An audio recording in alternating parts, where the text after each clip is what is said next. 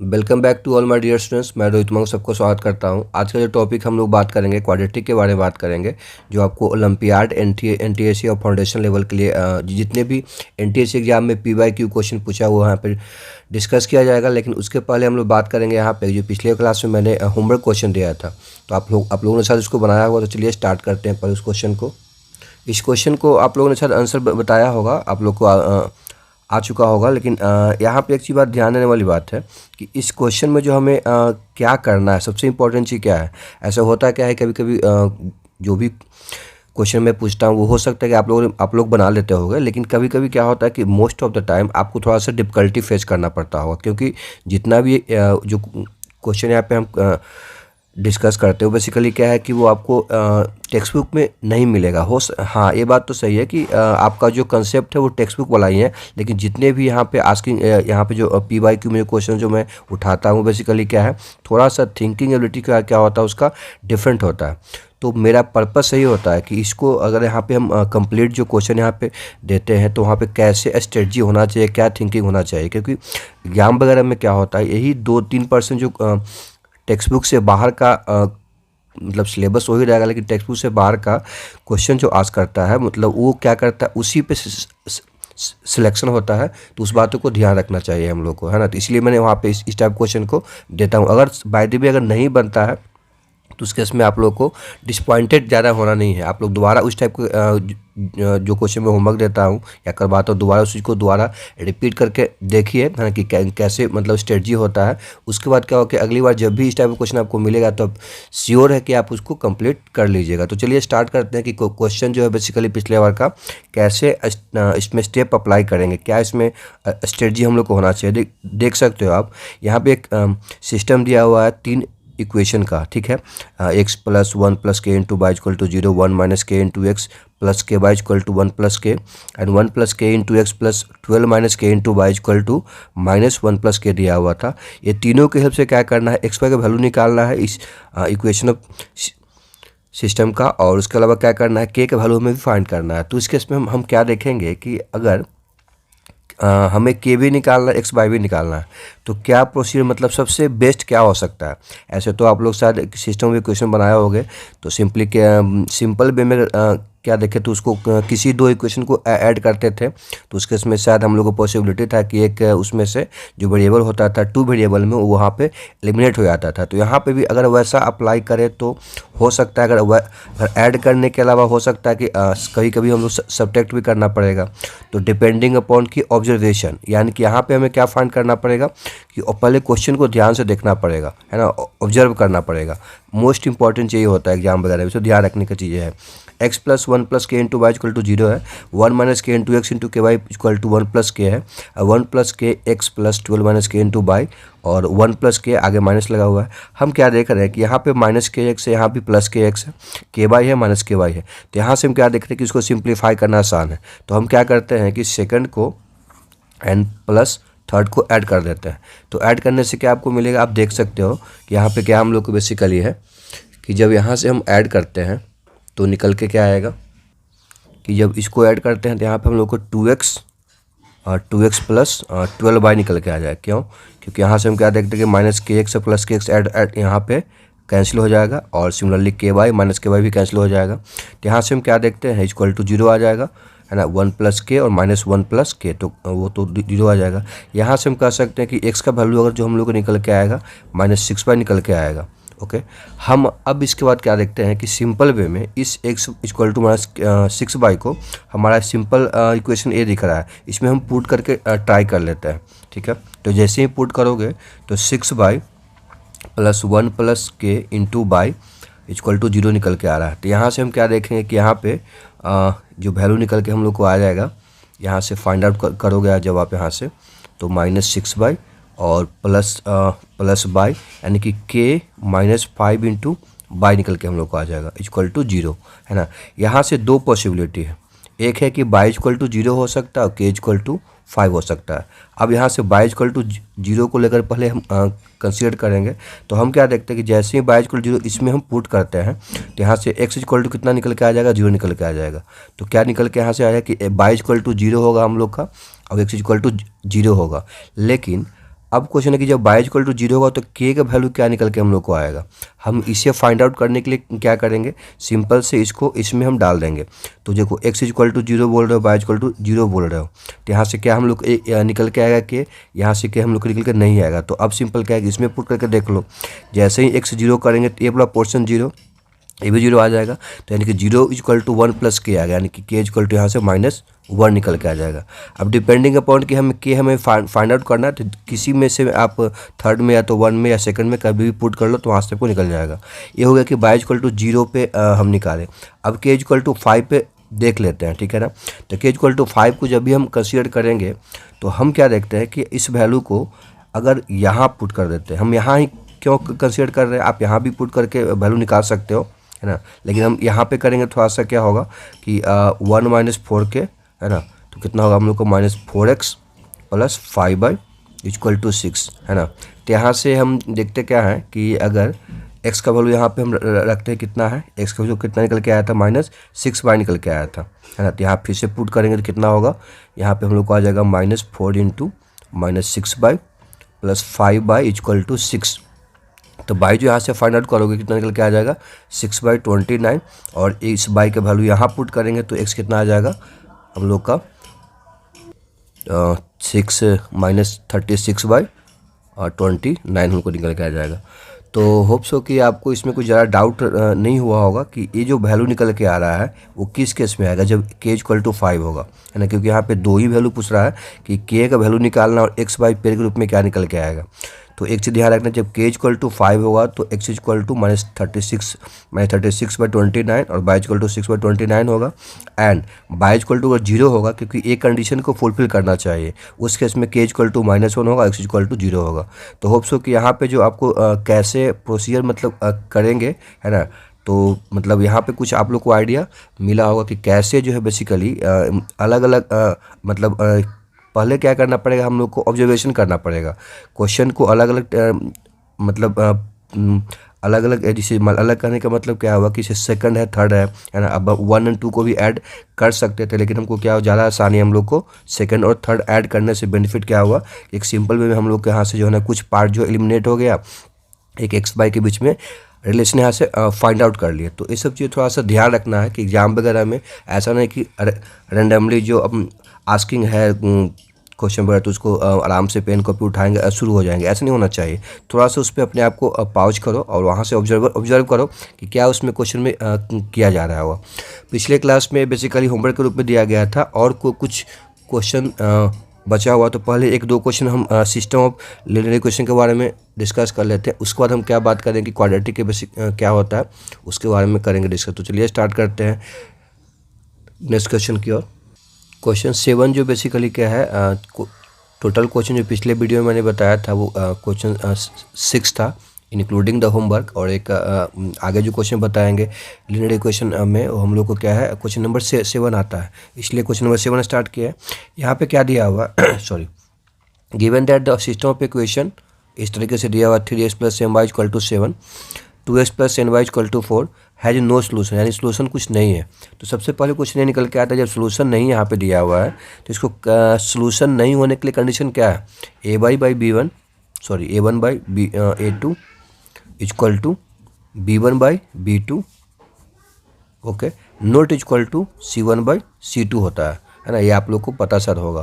तो यहाँ से हम क्या कर सकते हैं, अभी बाद में बात करते हैं क्या करेंगे, पहले देख लेते क्या निकालना। Find all the order pair, m n का मतलब एम भी निकालना एन भी निकालना है, सच दैट कि एम एन तुम्हारा इंटीजर है और एम एन जो वैल्यू आएगा वो बिलोंग करेगा -10 से 10 के बीच में ही। ऐसे पॉसिबल वैल्यू बहुत सारा हो सकता है, लेकिन हमें क्या करना है, सिर्फ -10 और 10 के बीच में ही वैल्यू निकालना है।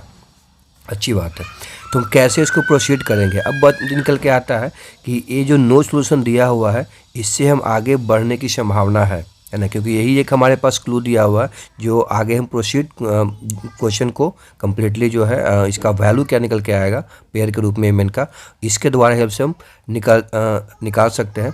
तो एक चीज़ तो निकल के आ रहा है कि इसको अगर प्रोसीड करते हैं 3n × 2m, है ना, 3n = 2m निकल के आ रहा है। तो यहाँ से अगर m निकालते हैं तो कितना होगा 3n/2। अब क्वेश्चन निकल के आ रहा है कि स्वाभाविक सी बात है m कोई इंटीजर है, और जब m इंटीजर होगा तो स्वाभाविक सी बात है n यहाँ पे क्या होगा हम लोग का इवन होना चाहिए, है ना, n इज इवन। कारण क्या है, क्योंकि वो 2 से डिविजिबल होना चाहिए, तभी तो m तुम्हारा इंटीजर के फॉर्म में आएगा। ये बात क्लियर हम लोग को आ गया। जब अब आगे बात करते हैं, एक चीज़ यहाँ पे ध्यान देने वाली बात है कि m का जब भी वैल्यू जो होगा वो किसके बीच में होना चाहिए हम लोग का, m का जब भी वैल्यू निकल के आना चाहिए वो 10 और -10 के बीच में आना चाहिए। ओके, तो हम देखते क्या है कि m का वैल्यू यहाँ से क्या निकालो, 3n/2 निकाले हो, तो वी कैन से कि क्या निकल के आएगा, -10 = n/3n/2 लेस देन = 10, है ना। तो इसको अगर सिंप्लीफाई किया है तो -20। ये इनक्वालिटी का पार्ट है सर, आप लोग को इस सब के बारे में आइडिया होना चाहिए, है ना। नहीं भी अगर होगा तो कुछ वीडियो इसके रिगार्डिंग हम बनाएंगे, आप कमेंट कर दीजिएगा। तो इस केस में क्या देखते हैं कि -20/n 20/3 यहाँ पे आ जाएगा, less than = n less than = 20/3। तो यहाँ पे जो वैल्यू होगा कितना, -6.66 लेस देन = n। सिमिलरली भी प्लस में आ जाएगा 6.66। तो यहाँ से हम जो n निकालेंगे बेसिकली क्या होगा, इंटीजर के फॉर्म में आना चाहिए, तो -6 होगा, -4 -2 0 2 4 6 तुम्हारा होगा, है ना। क्योंकि n के बारे में क्या हम लोग को निकलना चाहिए, इवन निकल के आना चाहिए। अब देख सकते हो कि जब n ये हम लोग को -6 होगा तो वैल्यू पुट करेंगे तो क्या होगा, हम लोग को -9 हो जाएगा। -4 होगा तो यहाँ पुट करोगे तो -6 होगा, -2 करोगे पुट तो -3 होगा, और 0 पुट करो तो 0 हम लोग को निकल के आएगा। सिमिलरली 2 पुट करेंगे तो 3 होगा, 4 पुट करेंगे तो 6 हो जाएगा, 9 हो जाएगा 6 पुट करने पे। तो यानी कि इतना पेयर हम लोग को क्या होगा, mn के रूप में यहाँ से फाइंड आउट हो जाएगा। कितना आसानी से बना लिए, कुछ ज़्यादा इसमें कॉम्प्लेक्स लगा नहीं। हालांकि ये भी जो क्वेश्चन जो कभी कभी NTSU में पूछा हुआ है, तो इस बातों को थोड़ा सा गौर करना है। लेकिन यहाँ पे क्वेश्चन कभी अगर आता है तो क्या क्या उसमें मतलब जो दिया हुआ मतलब है कंडीशन, उसको दिमाग में रखना है ना। उसके अकॉर्डिंग ही क्या करेंगे हम लोग आगे बढ़ेंगे। जैसे कि इस क्वेश्चन में हम क्या देखे थे कि हमारे पास नो सोल्यूशन दिया हुआ था, तो इसी के बेस पे हम क्या किए, आगे हम प्रोसीड किए हैं। तो नेक्स्ट क्वेश्चन को बढ़ते हैं आज का। क्वेश्चन 8 में क्या कहा जा रहा है कि suppose x and y are positive real number. हमारे पास x और y क्या है, पॉजिटिव रियल नंबर है। इस तरीके से है कि x√x plus y/y equal to 183 दिया हुआ है, and x√y plus y/x equal to 182 दिया हुआ है। तो इस केस में हमें जो वैल्यू निकालना है 18/5 इंटू x प्लस y निकालना है। तो यहाँ पे क्वेश्चन जो निकल के आ रहा है कि ये बेसिकली क्वेश्चन जो है PRO में पूछा हुआ है, दैट इज द PRO में is the stage of the olympiad. तो उस केस में हम देखते क्या है कि x और y जो निकालना है, पॉजिटिव इंटीजर दिया हुआ है, तो इस केस में कैसे फाइंड आउट करेंगे, प्रोसीड कैसे करेंगे ना। यहाँ पे भी हम क्या देखेंगे कि पहले ऑब्जर्व करना बहुत इंपॉर्टेंट है। सबसे पहले एग्जाम में इस तरीके से क्वेश्चन आता है। इस तरीके से कहने का मतलब नहीं, सिंपली अगर कम्पिटेटिव एग्जाम की तैयारी कर रहे हो तो पहले ऑब्जर्व करना चाहिए कि यहाँ पे क्या क्वेश्चन दिया हुआ है। क्योंकि यहाँ पे क्वेश्चन जो होता है ना, टाइम बहुत कम होता है और क्वेश्चन ज़्यादा होते हैं। तो उस केस में हम क्या देखते हैं कि one way to score good marks, अगर अच्छे मार्क्स चाहते हैं तो स्वाभाविक सी बात है, एग्जामिनर भी क्या होता है इस तरीके से क्वेश्चन को सेट करता है कि जो टेक्स्ट बुक से बाहर तो होता ही है, पैटर्न वही रहता है, कंसेप्ट वही रहता है, लेकिन थोड़ा सा जो है ऑब्जर्व से मतलब कि टाइम को जो है ना शॉर्ट करके कैसे उसको फाइंड कम टाइम में कर लिया जाए, उस पर बेस होता है। तो यहाँ पे हम क्या देखते हैं कि x√x y/y इंटू 183 दिया हुआ है, and x into √y and y/x 182 दिया हुआ है। तो यहाँ से x प्लस y तो निकलने से दूर रहा। लेकिन अब क्वेश्चन क्या आता है, अगर हम ऐसा कर लेते हैं कि √x इक्वल टू a ले लेते हैं, तो स्वाभाविक सी बात है कि x का वैल्यू कितना हो जाएगा, a² हो जाएगा। सिमिलरली √y इक्वल टू क्या मान लेंगे, b मान लेते हैं, तो y का वैल्यू कितना हो जाएगा, b² हो जाएगा, है ना। तो ये बात तो ठीक है। तो यहाँ से हम कह सकते हैं क्या कि 18/5 हमें जो वैल्यू निकालना है 18/5, और x प्लस y मतलब क्या कि a² प्लस b²। तो हम ये बात ध्यान रखें कि हमें a प्लस अगर b मिल जाए और b इंडिविजुअल हमने फाइंड कर ले, या a भी निकल रहा है, तो यहाँ से क्या करेंगे a प्लस b, ab की हेल्प से a² प्लस b² हम फाइंड आसानी से कर लेंगे। तो अब क्वेश्चन निकल के आता है कि सर a प्लस b अगर ऐड करते भी हैं तो √x इंटू √y आता है। लेकिन एक चीज़ ध्यान देने वाली बात है कि हमारे पास जो ये जो रिलेशन दिया हुआ है x√x, तो x का मतलब क्या होता है हम लोग का, x का मतलब a² और √x का मतलब a। तो यहाँ से अगर हम वैल्यू को पुट करते a के टर्म में लिखना चाहते हैं तो क्या निकल के आएगा कि ये होगा हम लोग का a³ आ जाएगा, और बाई का मतलब क्या होगा b, √y मतलब रूट बाई का मतलब बी, और बी स्क्वायर यानी कि बाई की जगह पर बी रखें यानी plus b q equal to कितना होगा 183। सिमिलरली यहाँ पुट करोगे तो क्या निकल के आएगा, एक्स यानी कि ए स्क्वायर, ठीक है, ए स्क्वायर और रूट बाई यानी कि ए स्क्वायर बी। सिमिलरली क्या देखेंगे हम लोग, बाई इंटू रूट एक्स, तो बाई का मतलब बी स्क्वायर, रूट एक्स का मतलब ए, ठीक है। तो यहाँ से वैल्यू पुट करने पर कितना आ गया हम लोग का 182 आ गया, है ना। तो हम देख रहे हैं क्या, एक चीज़ दिख रहा है कि हम अगर a प्लस बी यहाँ से साइड हम फाइंड कर लेंगे, कैसे, क्योंकि अब हमको फार्मूला पता है a cube plus b cube plus 3 a square b plus 3 b square equal to 180, मतलब ए प्लस बी का दी होल स्क्वायर फार्मूला होता है। आप लोग इसके बारे में आइडेंटिटी मैंने बताया था कि a cube plus b cube plus 3 a square b plus 3 ab square. तो हम क्या करेंगे, बेसिकली ये तो दिया हुआ है नहीं हम लोग का, हम 3 से यहाँ पे मल्टीप्लाई करेंगे। तो जैसे ही आप 3 से मल्टीप्लाई करोगे तो वैल्यू जो निकल के आप लोग को आ जाएगा, कितना निकल के आ जाएगा हम लोग का, यहाँ भी 3 मल्टीप्लाई करेंगे तो दैट मीन्स की जो वैल्यू आप लोग को आ जाएगा, जैसे ही 3 से मल्टीप्लाई करोगे तो कितना होगा 6 4 और 3 और 2 5, है ना, 1 5 4 6 आ जाएगा। और सिमिलरली अगर इसका वैल्यू हम लोग को निकल के आया यानी कि ये वैल्यू हम लोग को निकल के आ गया, ये कितना निकल के आ जाएगा, ये हमको दिया हुआ 183 प्लस 5 4 6 यानी कितना 6 9 8 4 2, है ना, 5 7 6 7 यानी ए प्लस बी के पावर क्यू का वैल्यू 729 यानी कि ए प्लस बी इक्वल टू 9 हम लोग को यहाँ से आ जाएगा।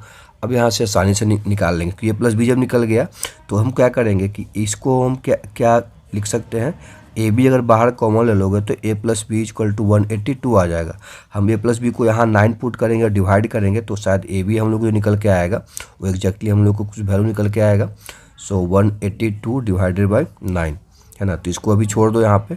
अब हम क्या देखते हैं कि जैसे ही इसको वैल्यू को हम पुट करेंगे, कहाँ पे हमें निकालना क्या था, ए वैल्यू निकालना है ना। तो इसको हम थोड़ा सा और चेंज करना पड़ेगा, क्या कि 18/5 ए प्लस बी के दी होल स्क्वायर और माइनस 2a बी हम लोग को आ जाएगा, है ना। तो अब क्या करना है कि ए प्लस बी तो हम लोग फाइंड किए हुए हैं और उसके बाद हम क्या देखेंगे कि ए प्लस बी भी निकला हुआ है और ए बी भी निकला हुआ है। तो वैल्यू पुट करोगे ना तो एग्जैक्टली आप लोग का जो वैल्यू निकल के आएगा आप लोग का कम्प्लीटली 146 आएगा। ये तो कैलकुलेशन वाला पार्ट है, खुद से एक बार आप लोग ट्राई कर लीजिएगा, ओके।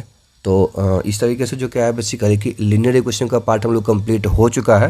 तो आई होप सो कि 8 क्वेश्चन टोटल हम यहाँ पे किए हैं, तो आप लोग को ज़बरदस्त कंसेप्ट आपका क्लियर हुआ होगा और जितने भी स्ट्रेटजी क्या होता है तुम्हारा उस सबको जो है एक बार कंबाइन किया है। तो आप लोग को इस टाइप का क्वेश्चन जो मतलब ये नहीं कर रहे हैं कि एग्जाम में आएगा तो बना लोगे इस टाइप क्वेश्चन को, लेकिन कम से कम आप लोग का दिमाग जो है कंप्लीट माइंड जो है उस लेवल का थिंकिंग करने लगेगा। तो स्वाभाविक सी बात है कि वहाँ पे क्वेश्चन बनना ही बनना है, ओके। तो चलिए आज का जो टॉपिक हम लोग का है क्वाड्रेटिक क्वेश्चन वो स्टार्ट करते हैं। क्वाड्रेटिक की अगर बात किया है तो बेसिक लेवल का जो बात होता है कि आप लोग को आइडिया होगा कि जैसे कि सबसे पहले हम बात करते हैं क्वाड्रेटिक क्वेश्चन किस फॉर्म का होता है। तो बेसिक लेवल पे आप लोग को आइडिया होगा कि sir a x square plus b x plus c होता है इक्वल टू 0, क्योंकि इक्वेशन की हम बात कर रहे हैं, है ना। तो इस केस में अगर कुछ फार्मूला इसमें आप लोगों ने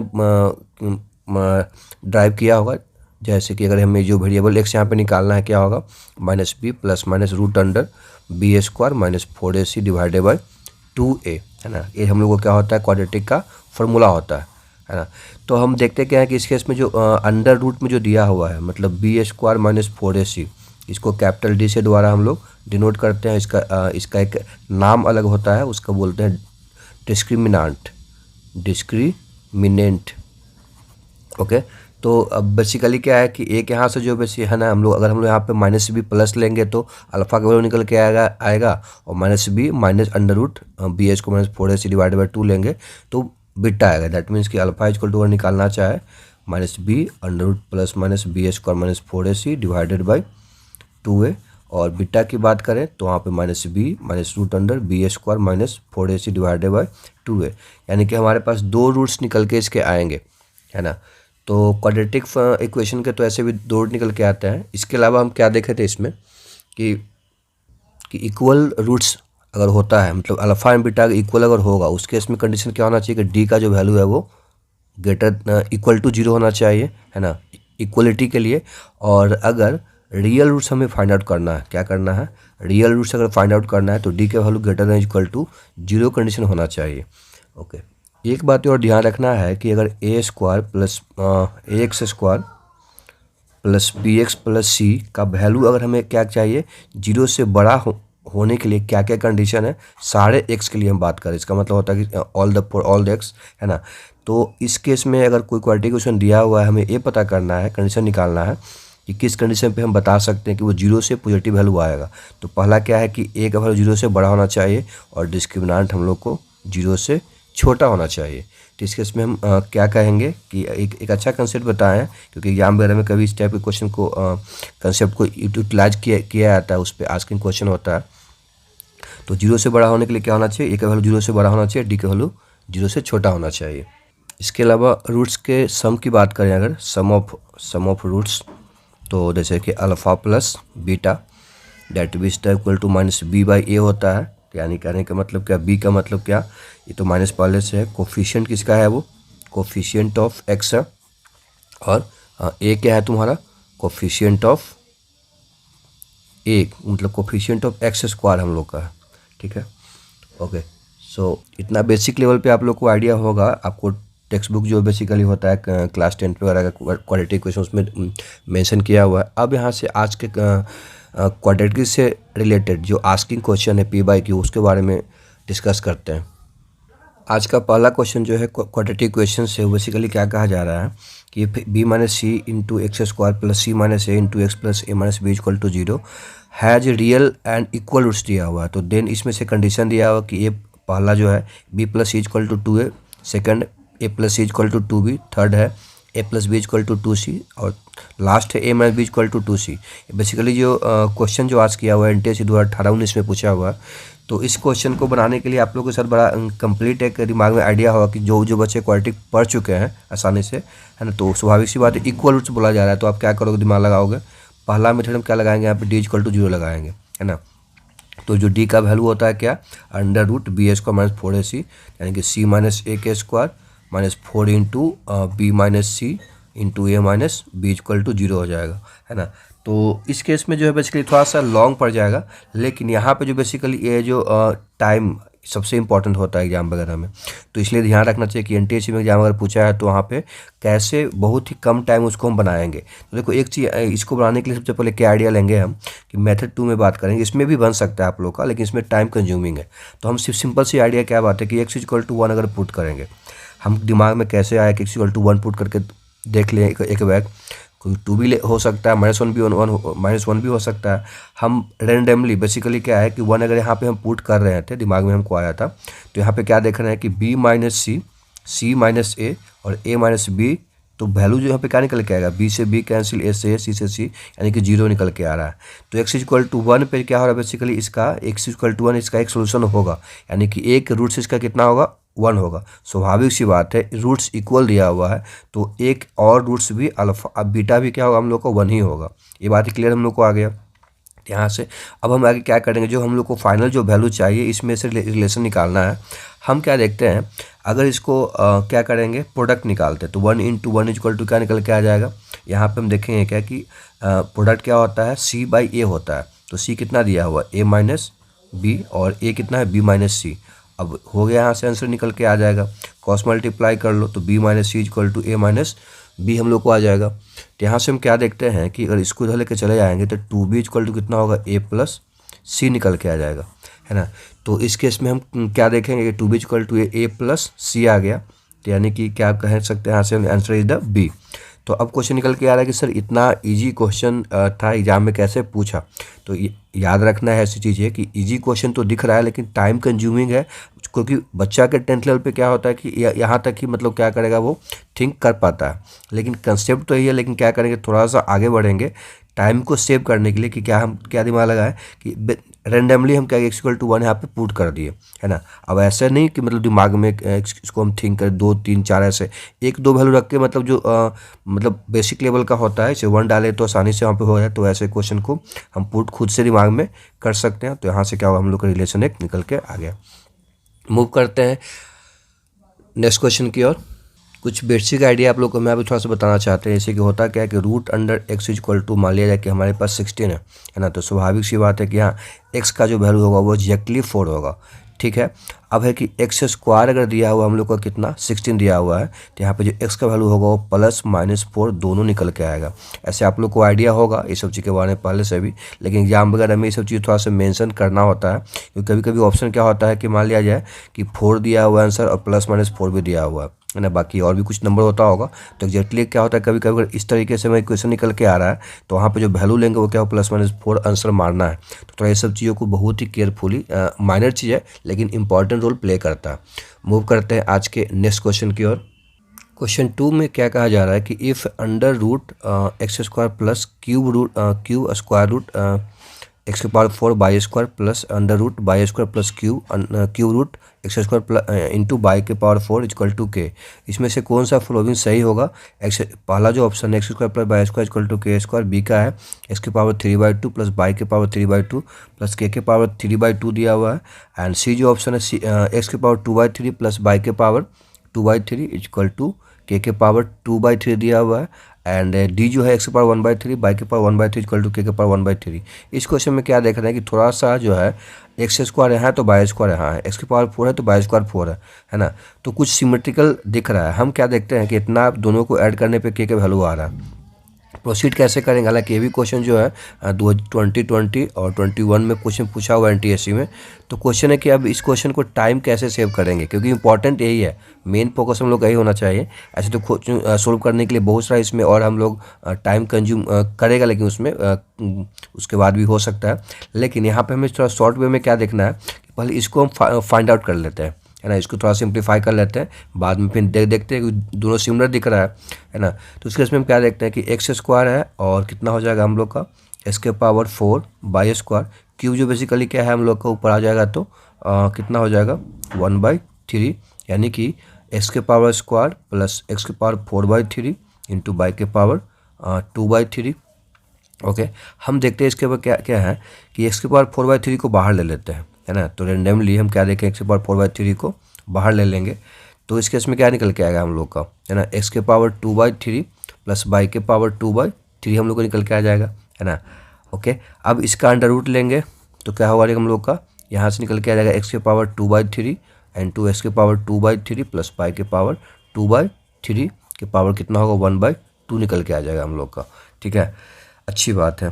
तो इसके बाद हम क्या देखते हैं कि सिमिलरली हम क्या देखते हैं कि अगर जो हमारे पास बाई स्क्वायर है ना, और कितना था हम लोग का cube under root square root x square into y square, इसको भी जब सिंप्लीफाई आप करोगे, है ना, दैट मीन्स कि under root y square plus cube under root x square plus y के पावर 4 सिंप्लीफाई करते हो तो जो वैल्यू निकल के आप लोग क्या निकल के आएगा यहाँ पे बाई के पावर 2/3 इंटू बाई एक्स के पावर 2/3 प्लस बाई के पावर 2/3 निकल के आएगा, है ना। इसलिए हम क्या देखे थे कि इसको हम क्या किए एक्स के पावर 4/3 को बाहर लिए हैं, अब ये दोनों में कॉमन दिख रहा है, अच्छी बात है। तो कॉमन जब दिख रहा है तो जो वैल्यू क्या करेंगे इसका और इसका वैल्यू कितना के है, दोनों को ऐड करोगे तो के इक्वल टू कितना होगा, हम बाहर दोनों में कॉमन लेंगे तो कितना निकल के आ जाएगा एक्स के पावर 2/3 प्लस बाई के पावर 2/3 के पावर 1/2 इंटू कितना बचेगा हम लोग को, बेसिकली वो ए पार्ट बचेगा, कौन सा ए और ए ऐड कर देंगे तो एक्स के पावर 2/3 प्लस बाई के पावर 2/3 के पावर कुछ नहीं है, यहाँ पे 1 होगा हम लोग का। लेकिन क्वेश्चन जो क्या पूछ रहा है कि अगर ऐसा किया जाए कि अगर दोनों को, क्योंकि दोनों सेम है बेस, तो इसको क्या कर लिख सकते हैं हम लोग है कि अगर ये प्लस में तो नहीं होगा, क्योंकि यहाँ पे क्या था हम लोग का ये दोनों प्लस एक कॉमन लिए थे ना हम लोग, यहाँ पे इस चीज़ को कॉमन लिया गया था, तो एक्स के पावर इंटू इतना हो जाएगा। ठीक है, तो इसके पावर 2/3 प्लस बाई के पावर 2/3 के पावर कितना होगा 1/3 plus 1, that means the 3/2 answer. यहाँ पे आंसर तो नहीं आएगा, लेकिन के वैल्यू कितना सिंपल वे में हम लोग को आ गया। अब हम क्या देखते हैं कि के को जब इतना आ गया तो के पावर अगर 2/3 कर लेते हैं, है ना, क्योंकि यहाँ पे क्या होगा सिंप्लीफाई हो जाएगा हम लोग का, तो 2/3 इंटू बाई के पावर 2/3, यानी कि यहाँ से हम क्या देखें कि हमारा आंसर मैच कर जाएगा, यानी कि सी इज द करेक्ट आंसर।